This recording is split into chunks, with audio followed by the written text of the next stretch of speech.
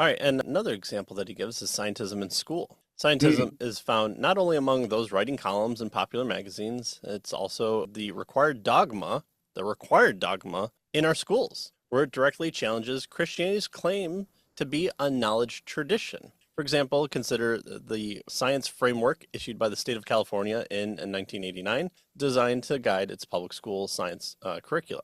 So again, we're kind of cheating by picking on California, but we should have at least known better in 1989.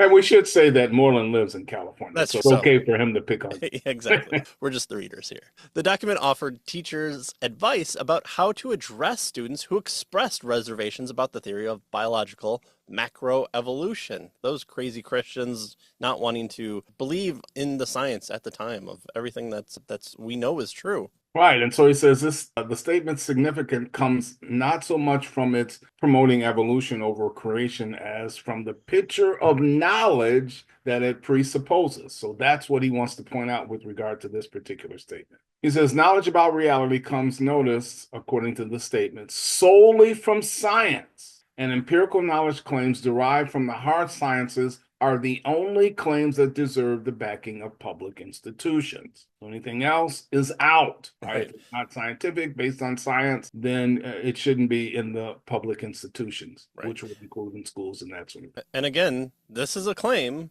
made by the curriculum for the science curriculum, but itself is not scientifically known. It's not knowledgeable through the It's not a scientific. claim of science, Yeah, by the right. way, right? It's really a philosophical position that they're taking. Exactly. Which is the point that he's going to eventually get at, right? So it says this kind of reasoning seems to imply that religious and philosophical claims are simply matters of private feeling, which by extension means ignoring claims at the core of ethics, political theory, and religion. They have to be out because they're not science, right? Or scientific, right? He says, framing religious beliefs as mere underground opinion, the state of California is requiring that all students abide by the dictates, not merely of science, but you guessed it, scientism, right? And so again, this is an example of scientism, he tells us. Right.